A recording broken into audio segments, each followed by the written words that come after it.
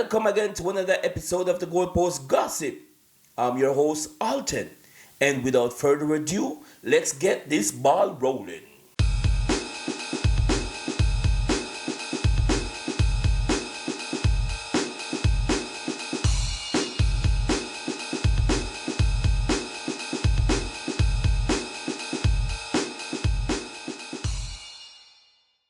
Welcome back. Welcome back. Well, we kick off this episode by start talking about the recent tournament AFCON that just ended. Congratulations to Senegal.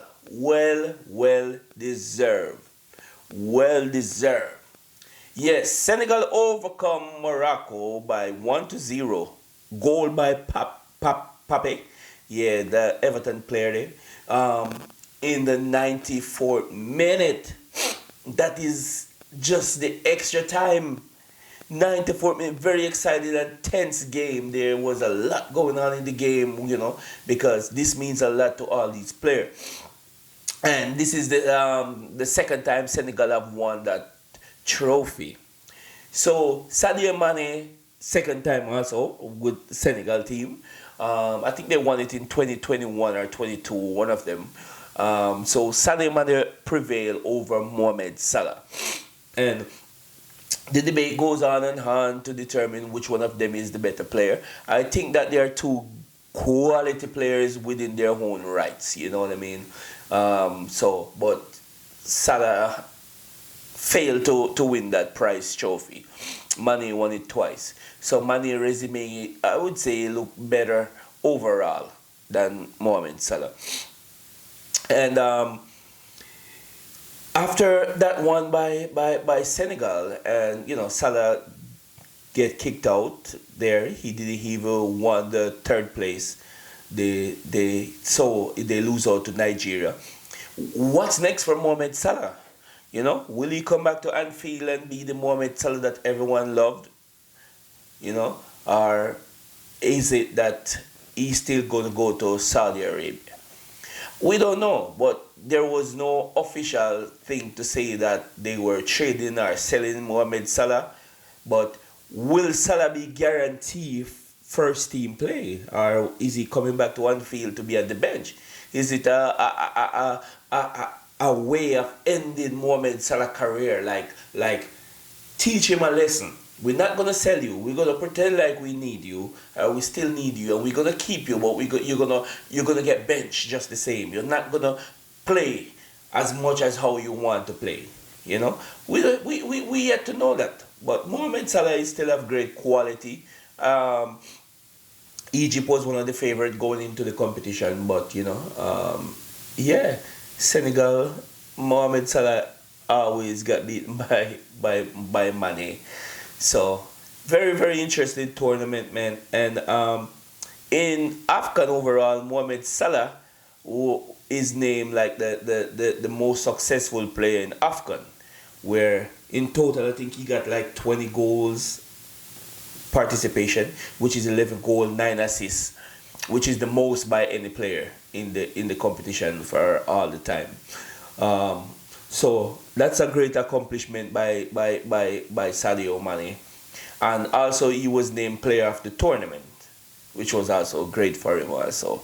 So Mane is still shining, still doing his thing, you know what I mean? And congratulations again to Senegal for winning that prize trophy. Congratulations. Now we shift our focus to our league, the domestic league that's going on, the great one and only Premier League. And we touch base with Manchester United versus Manchester City. Yo, what a match. What a match. Me know you see it, me see it, and you see it. At first, me see Manchester United play so good in forever. And not only because they win, why I say that is just the confidence that they were playing with. The style of football that they were playing was very attractive. I'm not gonna lie. Nobody was panic. They were just bouncing the ball around Man City and make Man City look average. I could not believe that was Manchester United. And to be frank, if this wasn't a coincidence, if this wasn't a mistake win or just a one-off, and Manchester United have this confidence playing like this in the next 2 or 3 games going forward, Manchester United will start to be a threat in the Premier League and across Europe.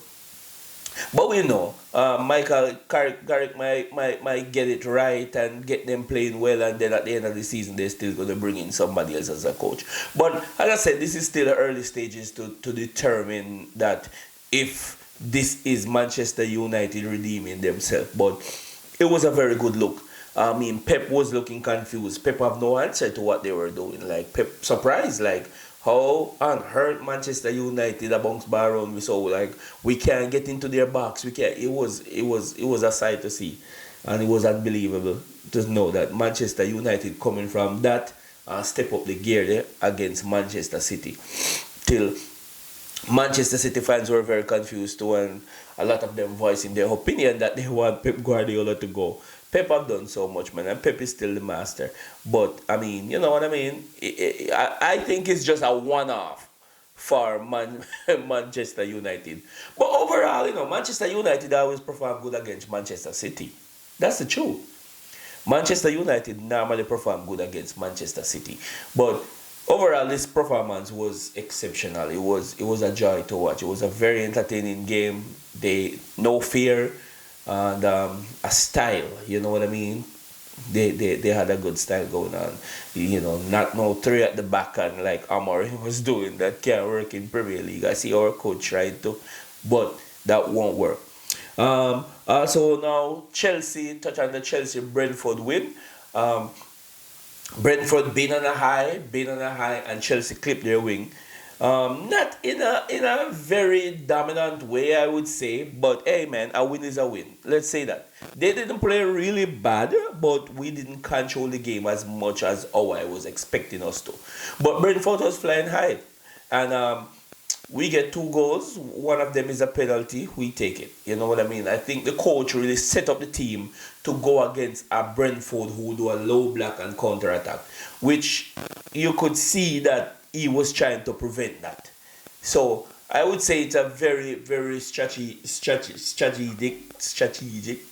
whatever, you know what I'm trying to say, move.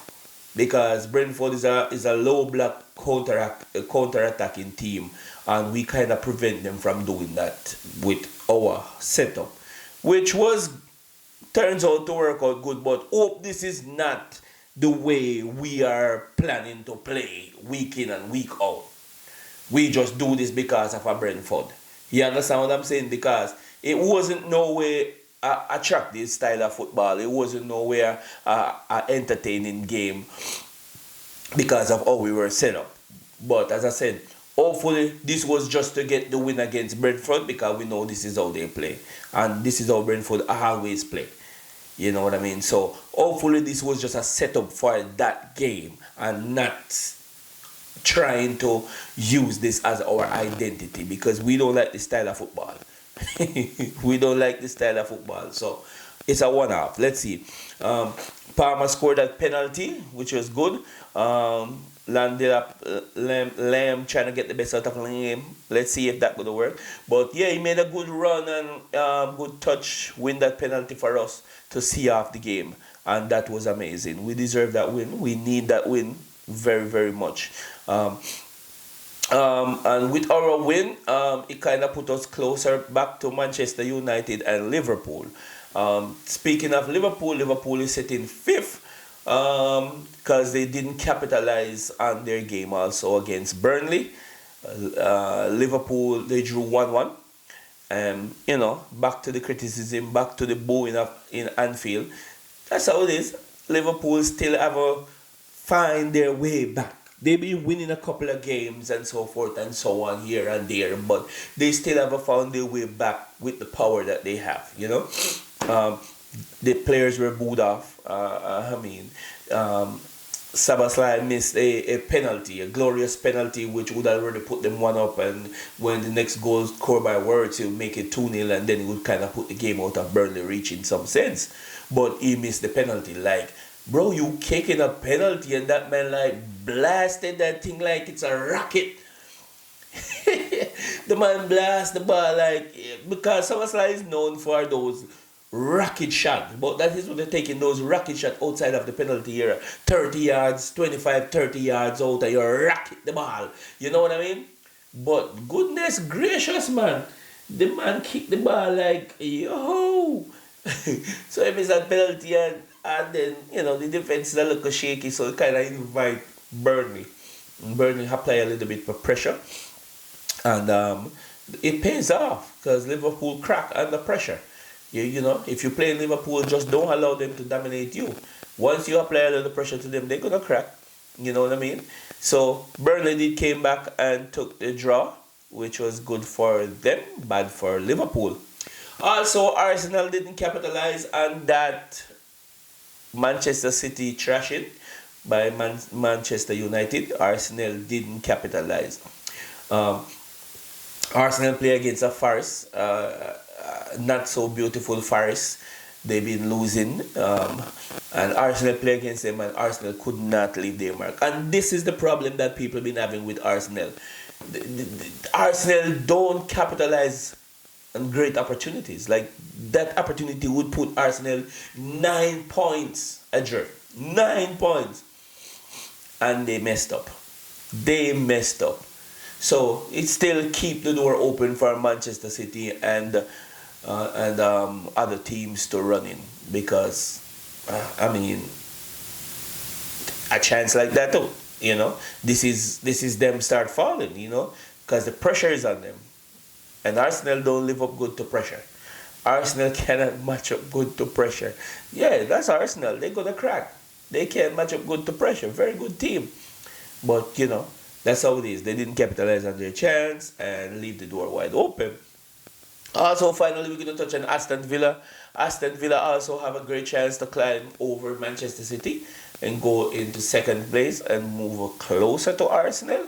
They also didn't capitalize on their chance. So that is kind of crazy that none of these teams take their chances. But it's, as I said, it's still interested to keep the league open. Yeah, we're 22 games in, 21, 22 games in, something of that sort. So Aston Villa did draw with Everton, and it was a very entertaining game. It wasn't a boring game, to be honest. But Aston Villa didn't came out shooting like we expected Aston Villa. The high pedestal that we held Aston Villa to, where they had right now, we expected them to come out and dominate Everton. But hey, the ball is round.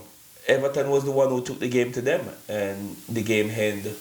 They lose, and it's 1-0, and they didn't take their chance. So we really expected them to dominate the game, because everyone is Aston Villa is title contender. Honestly, I really feel like Aston Villa gonna fumble too, and I felt like Aston Villa gonna drop out of the top 4. I really think at the end of the season, Aston Villa not gonna make it to Champions League. I really don't think so.